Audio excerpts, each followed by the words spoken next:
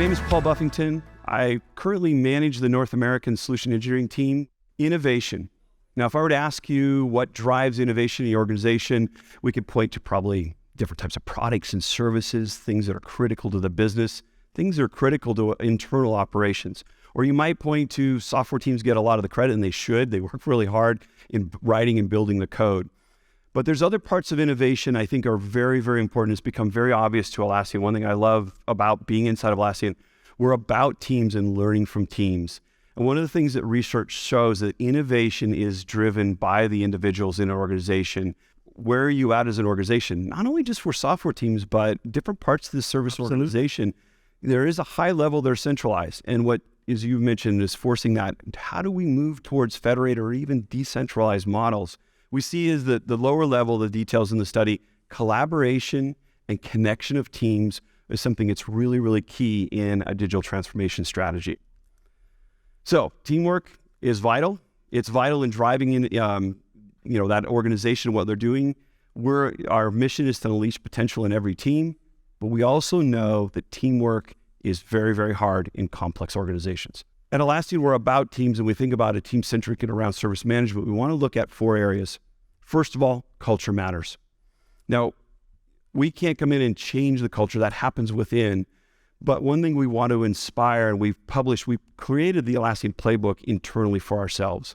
We were growing so fast, we said, let's take the plays that help our team, that anchor to our values in Atlassian, and we want to give a team a way to, maybe they're forming for the first time and working together. We want to give them a tool or a method, not only to help in the culturally, the way that they adapt, but also what are the practices that might guide them. So the playbook, as well as frameworks like ITIL 4 or DevOps, or just very core key lean principles, are applied in the way that they work. From there, we start to ask the question, which products or solutions will fit around that team? And inside of that is really kind of changing a structure and agility, a team topology that might be different than the way they're currently structured. And then finally, bringing the right integrations where I need data. So these 4 key factors are things we're always asking ourselves when I look across that value stream. Who are those teams? How do they work? What matters more to them?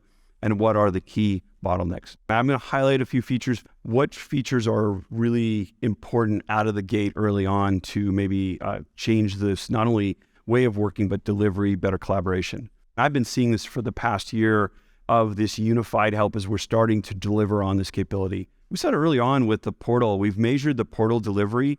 When an email-centric organization was talking to a manufacturer not too long ago, and you're down on the floor, you're working, your email is probably one of the easiest ways to communicate back with IT.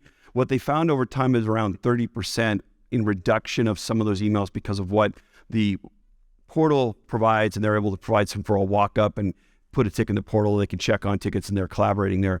And so that's just one example, but the chat-based help and support that we've had now for a while, and we're super excited to have the virtual agent now being added into that. Because we know, in an organization, you don't want to have to be able to swivel out where you are. What's the best avenue of helping those team members across the organization? And that's where we're investing around this overall capability on Jira Service Management. As I said, the portal makes it easy for us to really spin up a service team and deliver that level of service out in the organization. But the portal itself is powered by smarts, meaning search. As more and more individuals search in there, it's going to get better in those recommendations because we know very obscure terms sometimes. They might know what it is, and it's connecting it with the right service team. So the Smarts AI ML that we have there today, and we're building upon that, as you saw earlier, is really super powerful there and exciting, and that the platform is just behind being able to deliver that.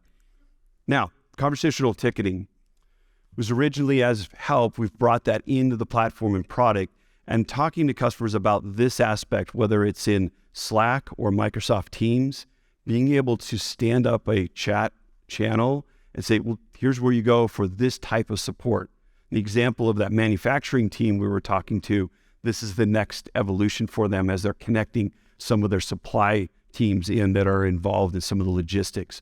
So I think this is the next part in that evolution of working with customers. Knowledge-centric organizations, it needs to be a part of the service offering they deliver. Most of those that are coming to support some part of the business, let's say it's logistics or finance, they might just have questions that need answers. We have that ability to do a shift left. This HDI has shown in the research that 15% of this are investing, and it's growing, and I think we provide a pathway towards that. And the exciting part is we've actually included a capability from Confluence, we call it embedded knowledge, that's right there, native knowledge in the product. So any team that's up and getting and started very quickly, they don't have to have the Confluence license. They get the ability to work on the knowledge articles, the FAQs, the pointers to other information in the organization. You all have that available right there to be able to create your knowledge insights or possibly create a federated knowledge base. And then in many cases, enterprise customers I work with, they also have Confluence in the organization. They're connecting to it. As one customer referenced to it, it is the fabric of our collaboration across the organization. They said an idea sometimes doesn't exist. He feels like it because if there's a page, I can't read the page. I'm not certain if this idea is really moving forward. And so it's ingrained in their way of collaborating, and I think it's phenomenal. And it's integrated and seamlessly back into the way that the service teams would work. So both great options for one of the teams getting started or already currently using Confluence as a part of that. The other part is the service request catalog. So that service team that is landing in there, let's say they're connecting 3 components to the delivery of that work.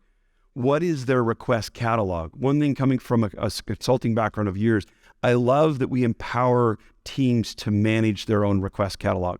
Instead of always having to pivot back to the central admin, we can now empower them. Like there's a new service offering they want to add. They can go through that, and there's several ways that we do that. The form builder that is in Jira Service Management natively. I've heard from many customers the fact that they can quickly build and adapt their forms. And that is for the request intake. But I'm also meeting teams. Think about a request came in from an operations team. They've now got to get another team involved, and they have a linked ticket over into that team. There's a checklist from a form there saying, all right, here's the things you have to do. You have to go pull this out of inventory. You have to work on this next item.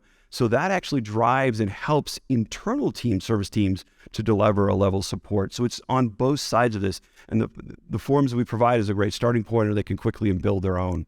And so that's what we see for the form builder, whether it's through the portal, better requests, easy to build, and also better experience for the agents.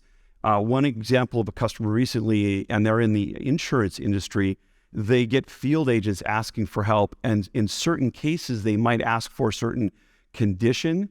They're going to send back another form. So they're creating this model. Like they submitted their help to initial request. They've told them a little bit. Now I need to send back some additional forms I need from them. So they've created this model that wasn't previously available in their former tool they were on. So it's exciting to hear and learn about these. Asset framework on the platform around Jira Service Management and what that means, being able to have this very open and flexible data structured assets. Many customers have loved this because it's opening up other areas. One customer here in Europe is using it around ATMs and products there that their support teams are supporting, and these are service teams outside of their IT organization. So this ease of getting to the data that matters most and putting it in the context that I now know what the ticket's about, and I have better context so I can respond to that.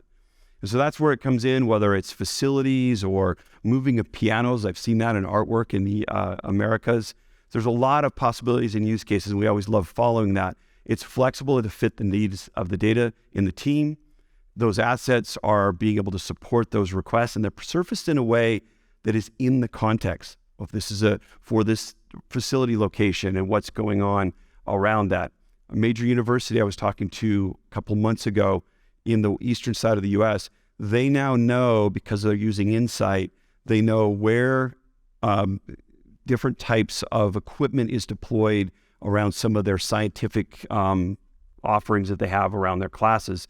And they were just going through the level of that and understanding and moving those devices around. That was a game changer for them, that they were using a spreadsheet previously.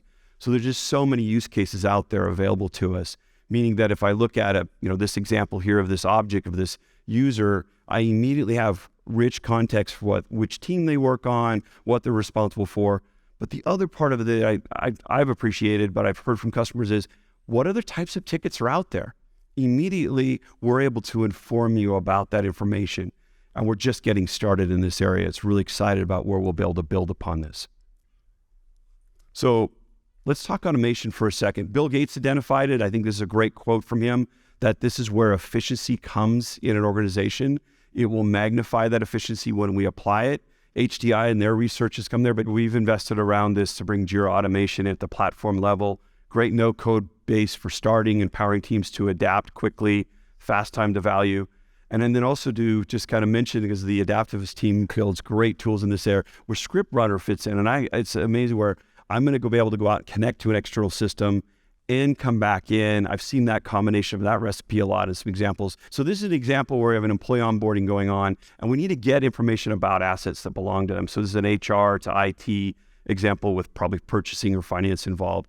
And so when this automation rule that we had there runs, it's going to take the context when it's submitted. All I have to tell them of who the employee is. Automation goes and looks at the asset data store for this, the schema. It says, okay, for Cassie, what does she own? Well, first of all, we're going to go ahead and link her issue into this. So there's a facilities ticket here about pulling some of the asset information.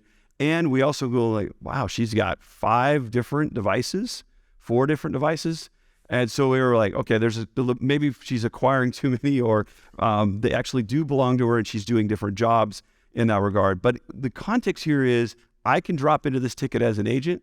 Whatever the object is I need, automation can interact with assets, bring that kind of data back. Or as we're talking about the more advanced one, I've got to go out to my ERP system and tell me what's the status on this purchase, or start a whole purchase process. I'd have to previously maybe do a swivel chair. We can start to connect those critical capability of work, and I think that's important. I wanted to get into customer stories. So we worked with this customer. They're a hyper-growth grocery delivery service. What does this mean? This means if you're in a central city in Western Europe, you get on your phone, 2 a.m. in the morning, I need milk. They'll have it on your door in 15 minutes, delivered on an electric scooter.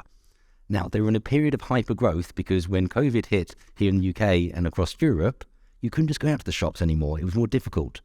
So this was great for them as a business, but very challenging for them to continue providing a good service to their customers. So we helped them, and they'd started using Jira Service Management, and they weren't getting the customer experience. They weren't getting the customer satisfaction that they thought they needed for it. So that's when we got involved to help them out. So in the initial deployment they did, and this was done by the team that loved and used Jira software, and actually they started to stand up Jira Service Management for this, they didn't have any support for the multiple value streams that were in play, and they had really immature internal processes.